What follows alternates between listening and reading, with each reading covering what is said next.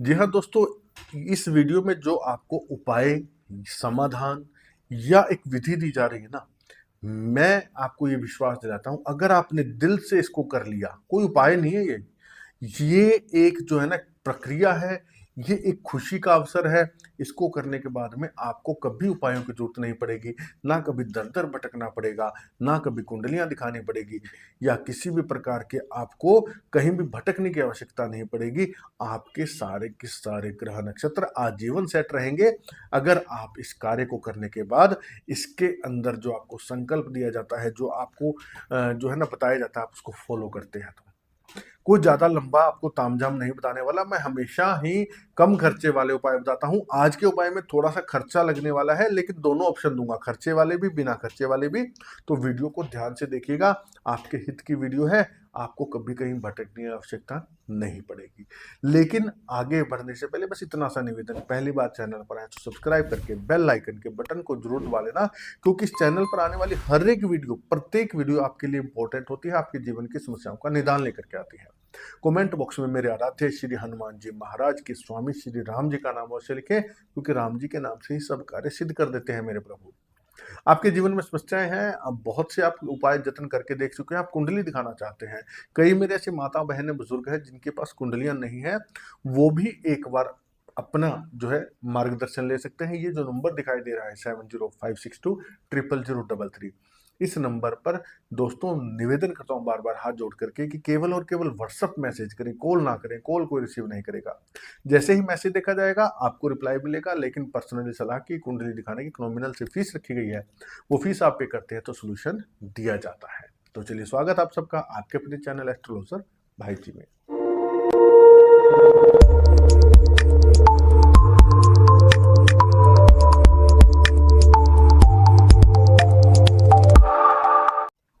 दोस्तों, आपके घर में जब कोई बालक पैदा होता है, किसी के घर में जब कोई बालक पैदा होता है, बच्चा जन्म लेता है, तो सबसे ज्यादा खुशी किसे होती है? एक माँ को। ठीक है। और जो उस बच्चे की प्रतीक्षा कर रहा होता है उसे खुशी होती है। उस समय उनका दिल इतना विशाल होता है कि बस जो कुछ मांगे उसको लुटा दो। ठीक है। आज का उपाय उसी जन्म दिवस से जुड़ा हुआ है। हमारे आराध्य ब्रह्मांड स्वामी, सृष्टि के मालिक श्री हनुमान जी महाराज, जगत सम्राट हैं ये। श्री हनुमान जी महाराज चिरंजीवी हैं, आज भी हम सबके बीच में मौजूद हैं। हमें दिखाई नहीं देते क्योंकि पवन है, हवा का रूप है, तो दिखाई कैसे देंगे?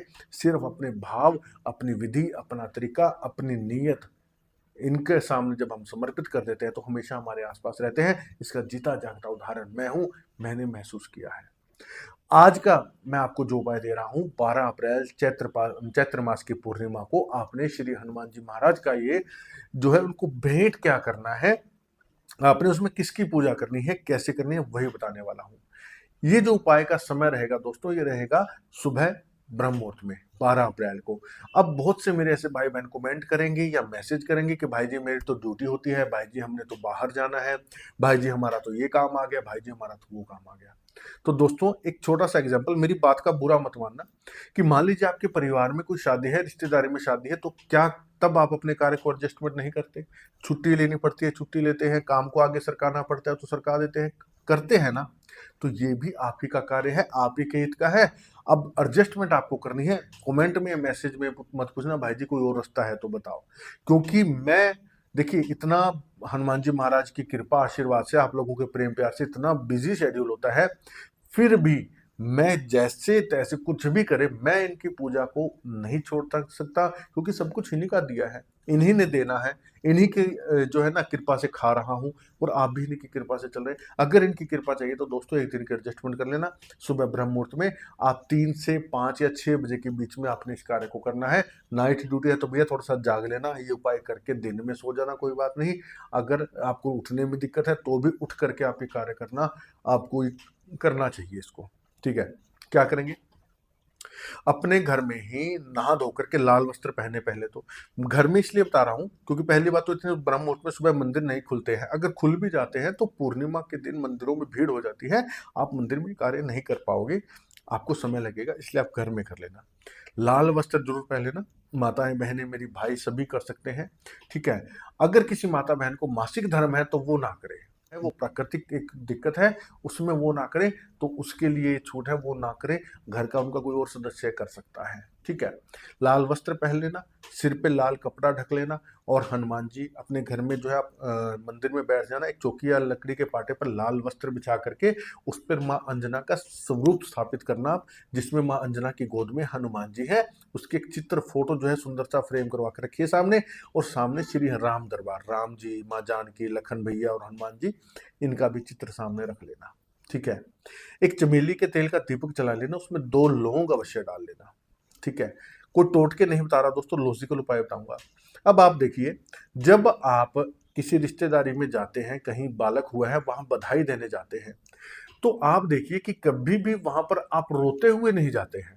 ठीक है, कई बार हमने देखा कि मान लीजिए हमारे परिवार में बच्चा हुआ, कोई बेटी बहन कोई ननद है, वो आती है, उसको हमेशा कोई ना कोई दुखड़ा रहता है, वो आकर के हमारे सामने रोती है, तो कैसा बुरा लगता है ना हमें कि हमारे घर में तो खुशी है और ये कैसे रोना रो रही है। तो आपने भगवान के सामने प्रसन्न मन से बैठना है, बधाई देने जा रहे हैं आप, बधाई देंगे आप। अब बधाई में हमें क्या देते हैं, हम कुछ ना कुछ गिफ्ट देते हैं। ठीक है, पहले तो सामग्री सुन लो, फिर आगे की विधि बताऊंगा। अब जिस मेरे भाई बहन का सामर्थ्य हो, वो इस प्रकार से, एक ये देखिए, मैं ये साड़ी, सुंदर सी साड़ी ले लेना, खरीद लेना अपने बजट के अकॉर्डिंग। अब हम लोग क्या करते हैं, जाकर के दुकानदार को बोल देते हैं कि भैया एक साड़ी दे दे, मंदिर में चढ़ानी है। तो वो सस्ती से सस्ती, जो उसकी बिक नहीं रही होगी, घटिया से घटिया जो कपड़ा होगा ना, वो देता है हमेशा, या ब्राह्मण को देना हो तो वो ही देता है, और हम कहते हैं यार मंदिर में चढ़ानी, जो मर्जी दे। नहीं, जैसा आप स्वयं पहनते हैं, जैसा आपको स्वयं को पसंद है, वैसा ही हमें प्रभु को भेंट करना है। तो ये साड़ी जो है, ये माँ अंजना को आप भेंट करेंगे, ये वस्त्र माँ अंजना को भेंट करेंगे। साथ में आप ये श्रृंगार की किट, ये देखिए, ये मैंने पहले से ही तैयार करके रखी है, जो कि माँ अंजना को हम भेंट करने वाले हैं। ये श्रृंगार की किट होती है दोस्तों, इसके अंदर आपको सारी सामग्री दिख जाएगी, पूरे 16 श्रृंगार है, इसमें चांदी की पंजेब भी होती है। तो कहने का भाव, सुंदर सी साड़ी और सुंदर सा श्रृंगार का सामान आप वहां माँ अंजना के चित्र के सामने आप चढ़ा दीजिएगा, इस प्रकार से ये बॉक्स इस तरह से किट सुंदर से बना करके। ठीक है, और हनुमान जी के लिए आप क्या करेंगे, एक छोटी सी गदा, अगर आपका बजट है तो आप चांदी की गदा ले लेना, अगर आपका बजट नहीं है तो छोटी सी 15-20 रुपए की प्लास्टिक की गदा आप पहले दिन ला करके रखेंगे, सामान सारा पहले दिन तैयार कर लेना, प्लास्टिक की गदा। और आपने ट्रायंगुलर, त्रिकोणे श्री राम नाम के ध्वज, जिनके ऊपर जय श्री राम लिखा हो, त्रिकोणी ध्वजा लेनी है, दो का लॉजिक क्या है वो भी आगे बता दूंगा। और एक पान का बीड़ा, मीठा पान। अब देखिए, भगवान श्री राम के नाम से हनुमान जी प्रसन्न होते हैं, तो इसलिए राम नाम की ध्वजा हमने रख दी। गदा जो है वो हनुमान जी का एक मुख्य इनका साथी है, गदा ही इनकी एक मुख्य जो है ना, हर प्रकार से इनकी सहायता करने के लिए, और इनका एक मेन शस्त्र माना जाता है, इसलिए गदा इनको उपहार स्वरूप दी जा रही है। और माँ अंजना को हमने साड़ी और श्रृंगार का सामान भेंट किया, ये हमारी तरफ से भेंट हो गई। अब जिन मेरे माता भाई बहन का बजट नहीं है इन सामग्री का, वो कुछ नहीं दे सकते, तो राम नाम की ध्वजा और मीठा पान दे लेना, लेकिन जिनका बजट है वो ये सामग्री अवश्य दें। ठीक है, क्योंकि खाली हाथ नहीं जाते, मांगना कुछ नहीं है, उनको सब पता है कि आपको क्या चाहिए क्या नहीं चाहिए, सब पता है। हम मांगने नहीं जा रहे, हम उनको बधाई देने जा रहे हैं। आज हमारी देने की बारी है, मांगते तो हमेशा ही है। और आज का जो संबंध आपका बनेगा ना हनुमान जी से, माँ अंजना से, राम जी से, आपके सारे जीवन जो है वो आपका साथ देंगे। मैं आपको लिख करके देता हूँ, कभी कुछ नहीं मांगना पड़ेगा। आप मेरे इस बात को मान के देखिएगा, मतलब मैं इस चीज को बताने में भावुक हो रहा हूँ, अपने भाव को मैं कंट्रोल कर रहा हूँ। मैंने अपनी जिंदगी में दोस्तों बहुत उतार चढ़ाव देखे हैं, लेकिन जब से इनकी शरण में आया हूं ना, मैंने वो पाया है जो मेरी औकात नहीं थी। ठीक है ना, तो आप दिल से ये करके देखिएगा, इनके सामने रख लेना। ठीक है, अब आपने वहां पे बैठ के क्या पाठ करना है, क्या पूजा करनी है, हनुमान जी की कोई पूजा पाठ मत करिए। हनुमान जी तो स्वयं ही खुश हैं, क्योंकि वो आगे हैं राम जी के कार्य करने के लिए, जिसके लिए उनको जो है ना सृष्टि में आना था। खुश कौन कौन है, माँ अंजना, हनुमान जी, राम जी प्रसन्न है, महादेव प्रसन्न है। आपको यहाँ पे मैं एक माँ अंजना का, हनुमान जी का एक संयुक्त मंत्र देने जा रहा हूँ, माँ अंजना का और राम जी का। आपने इस मंत्र को पढ़ना है, 108 बार एक माला करना, स्क्रीन पे दिखाई देगा, स्क्रीनशॉट ले लेना, लिख के रख लेना, प्रेम से करना, जल्दबाजी मत करना। क्या करेंगे आप, मंत्र आप सुन लीजिए। अंजनी गर्भ संभूत कपिंद्र सचिवोत्तम राम प्रिय नमस्तुभ्यम हनुमान रक्ष सर्वदा। बस इतना सा ये मंत्र है, इसकी आपने 108 बार यानी कि एक माला करनी है। और इसमें अंजनी जी का भी नाम आ गया, हनुमान जी का भी आ गया और राम जी का भी आ गया, तीनों प्रसन्न है। और इसके बाद में एक पाठ सुंदरकांड का अवश्य कर ले। सुंदरकांड के पाठ से दोस्तों राम जी इतने प्रसन्न होते हैं, क्योंकि वहां पर हनुमान जी की शक्तियां जागृत हुई थी। माँ अंजना जो कि उनकी शक्तियां खो जाने से बड़ा दुखी हुई थी, बचपन में श्राप मिला था ना कि शक्तियां भूल जाओगे अपनी, तब माँ अंजना बहुत रोई थी।